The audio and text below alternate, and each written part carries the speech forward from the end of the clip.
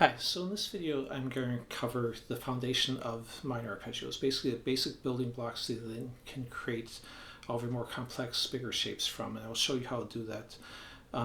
So I'm going to use simple shapes, like the single octave ones, but then I'm going to take those and show you different, like what I just did there. Those two fingerings are just combinations of the 8 fingerings I'm going to show you there, the single octave, combined together in different combinations throughout multiple octaves. You can also take these simple fingerings and combine them with your scale runs. So there's really endless possibilities. So just these are simple, don't neglect them. They really are the foundation of minor arpeggios. So let's jump right into it. So when I'm talking about minor arpeggios, these are root position ones, meaning I play A minor, on my A note instead of my C or E note. If they're triad arpeggios, which just means they're 3-note, triad just means 3, like a tricycle or triangle, it's a 1, flat 3, 5. And what that just refers to is if I'm looking at major scale, the first, second, third, I'm playing a flat third because it's 1 less than the major third. So I'm playing 1, flat 3. If I keep counting 4, 5, I'm playing the 5. 1, flat 3, 5. So this first fingering 5, 8, and then 7, I'm just going to call it forward position. So when you start combining together, you know which position I'm talking about.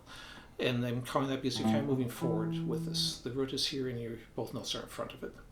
Now I'm going to take the C note and I'm going to put it behind the root. So this is the 8th fret. If you go down a string below it and subtract 5, 3 is the same note. And that will work on any string. Unless you're crossing B string, then you'd be going back 4 frets because B string is 1 off from all the other strings.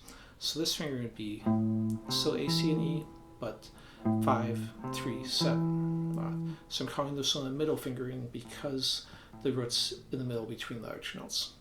Now if I want to throw this E note back also, this is 7, subtract 5, put it back at 2, 5, 3, 2.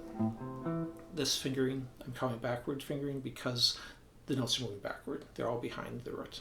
And this one would work good if you're doing sweeping. These other ones, you can still get up your speed with them, but they have 2 notes on a string, so they don't work as well for sweeping by themselves at least, unless you combine them with other things.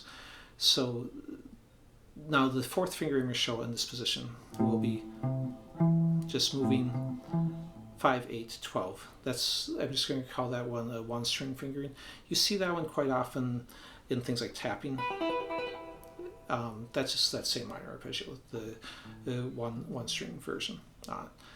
Now, I already talked about the B string throwing things off, so I'm going to show you how that would change the fingerings. So if I take this backward fingering and I put it down here starting on with the root on the 4th string, I can't play it this way because this note won't be the correct note. Instead of being A, C, E, this would be E flat, so you need to move it forward 1. So it's 7, 5, 5 would be the fingering there. Now, when I move it down, I'm going to go and switch to D minor now, off the 3rd string. You could play it up here on A minor, but in case some of you have classical or acoustic guitars, I want you to be able to easily play it, so I'm going to keep it down this part of the neck.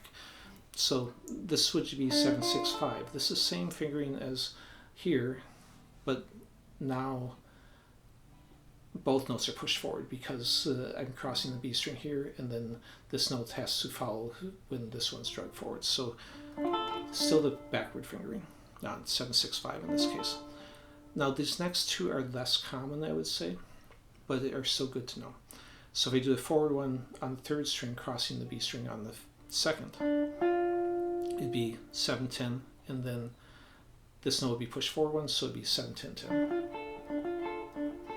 Now, if I do the middle one, so it was the forward one, these 2 notes are pushed forward, so 7, 6, 10. Now, the 1-string one won't be affected by a B string because I'm not crossing between strings on it, so it'd be the same on every string. Now, the octave, that's just when you get to the same note again. You could then repeat any of these at the octave, but you can also go into any of the other ones. And that's how you get those big complex shapes, by switching maybe from a forward to a middle to a backward, or any combination of those. So the octave is easy to find. It's always directly below the 5th. so the third note in the arpeggio. So it's directly below. It doesn't matter which fingering I use. It's always directly below the last note. And that's also true up here. It's still directly below on all those. But you can also reach forward for the octave. You don't have to go directly below it. So for example, if I'm doing the 5, 8, 7, 7, and I want to push this one forward, I can just add 5 frets, just like we subtracted the other way, and go to a string above it. So 5, 8, 7, 12. So on any of these, if I just go from my last note 5 frets higher, that's going to give me the same note I had underneath my octave. So let me go ahead and show you how you can combine to make the bigger shapes now. So if I take this forward position, and this time I know I'm going to continue to move forward, so I'm going to go and shift my hand. So your fingering might change as far as what fingers you use, but it's still the same notes. 5, 8, 7. Then I'm going to play forward position again. So when I hit the octave, 5, 10, 9. So you get a shape like that. But if I want more variety, I might do the 5, 8, 7, and then when I hit the octave, do the middle finger instead of the forward. So that would be like that. I don't really use that one very much myself, but then I could go 5, 8, 7, and go back. So then you end up with that fingering. You could even go 5, 8, 7, and move on the one string one.